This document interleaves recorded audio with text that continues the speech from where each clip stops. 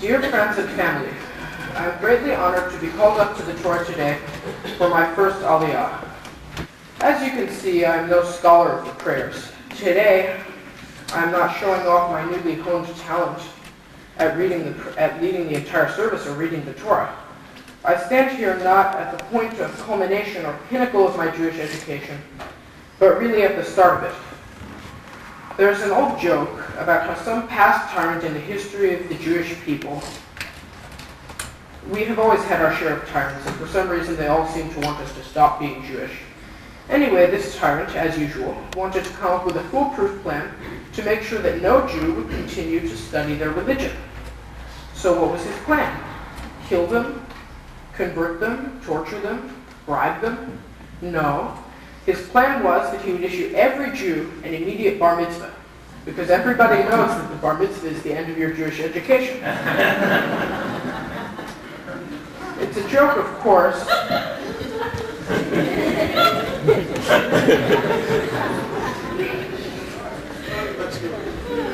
But the reason it's funny is because sadly there is some truth to it. My Jewish identity is very important to me. It is basic to who and what I am. As a natural result of just being Jewish, I am already on an inescapable path forged by generations before me. A path of seeking enlightenment, truth, and knowledge. But what David Carlin wants to know is, will I become a shul regular? Will I then become a shul janitor and help him set up and clean up before and after the service?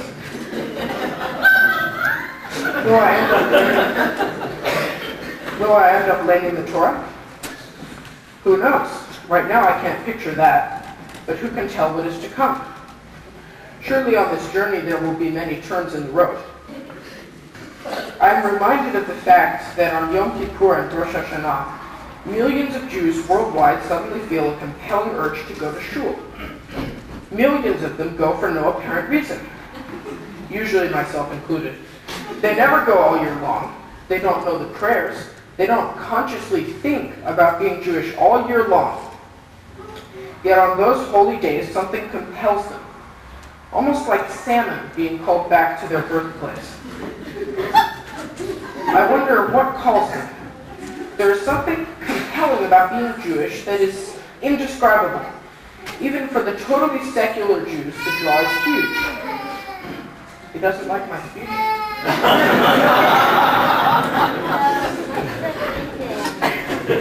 And these totally secular Jews often end up trying to rediscover their roots. And oddly enough, their roots do involve sandbox. I don't know what it is, but for me, being Jewish is just a part of my life. I am in awe of the sustaining nature and longevity of this culture and the inherent wisdom that is steeped in the customs, rituals, and lifestyle. I often ask my father, what is the most ridiculous this or the funniest that? One time I asked him what he thought was the most ridiculous Jewish custom. After a moment's thought, Avi, clever guy that he is, was fairly quick to come up with the ancient Jewish custom, still practiced today by some Orthodox Jews, of swinging a chicken over your head on Yom Kippur to rid yourself of sins. I have often wondered, do you tie a string around the feet so you can get a real big arc, or do you just grab the legs and swing? And must the chicken be live, or can it, for example, be frozen?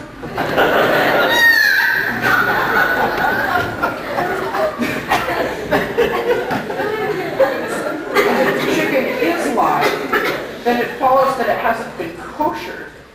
So if you use a frozen chicken, must it be koshered? Or will a regular chicken suffice?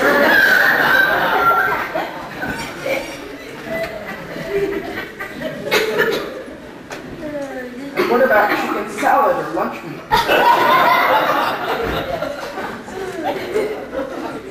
If you use Kentucky Fried Chicken, extra crispy acceptable, or must it be original recipe? Does it have to be actual chicken, or will any poultry products do? Is a real chicken necessary, or would a symbolic facsimile of a chicken work? As you can see, I have much studying to do.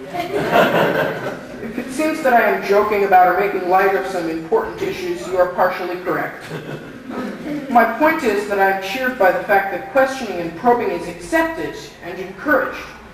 By doing so, we not only get at least a few laughs, but we end up exploring the far reaches of Jewish thought. Because of this, there seems to be as many interpretations of Jewish customs as there are Jews, perhaps more. I have many memories of sitting around the Pesach Seder as countless variations were presented as theories for this or that issue. Why did God harden Pharaoh's heart?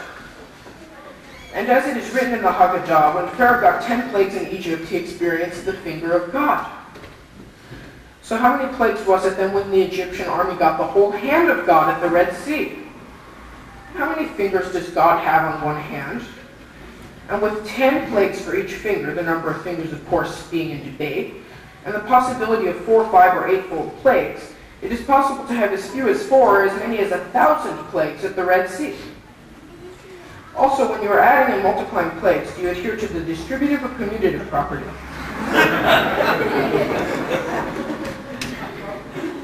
Why do we have a burnt egg?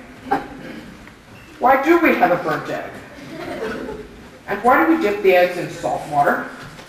Well, at least we know the answer to that one. Shoshana will tell you that it is because when the Egyptians were swallowed by the Red Sea, which is of course salt water, not only did they get the hand of God, they got their beitzim tipped. But the point here is that questioning is good and encouraged. Yaki is often pointing out the minority rabbi opinions, and his Pesach Haggadah is filled with supplemental pages from the Yerushalmi Talmud, pages that Dina tries to remove so the Seder will finish before Sukkot.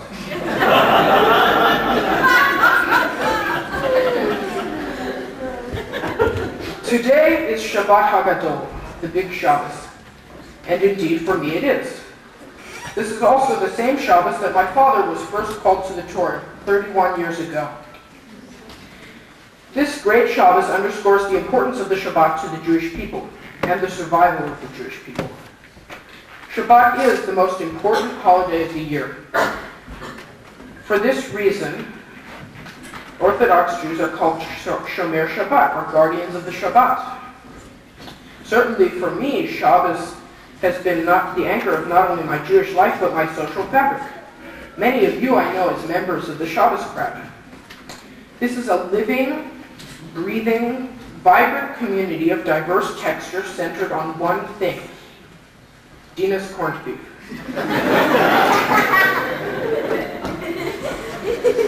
Again, this is a joke, and it is funny because there is some truth to it. Ron Offman calls it Judaism through food. Avi says that all of our holidays are food holidays. Even our fasting holidays are food holidays. You have to have a feast before the fast and after the fast. But the Shabbat is this holy time, a time when everything is muchsa. This week's Torah portion, Tzav, is an incredibly detailed set of instructions for the Kohanim about how to perform the various types of sacrifices. But since Dina wants to finish this service before Sukkot, I will wrap this up. So thank you all for coming and showing your support for me on this first day, on the beginning of my journey as a member of the Jewish community. It really is a great community, and I wish I could thank everybody individually. But let me return to chickens for just a moment. There is an old story from rural Jews that if you have 9 men for a minyan, and you were short 1 man, in a pinch it was acceptable to use a rooster.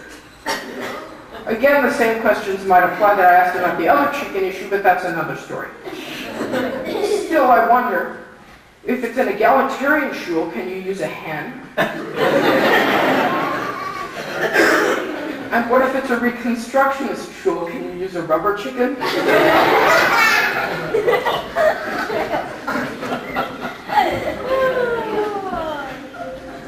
But seriously, after today, I'd like to publicly say that if you find yourself short 1 person for a minyan, instead of calling Colonel Sanders, you can call on me.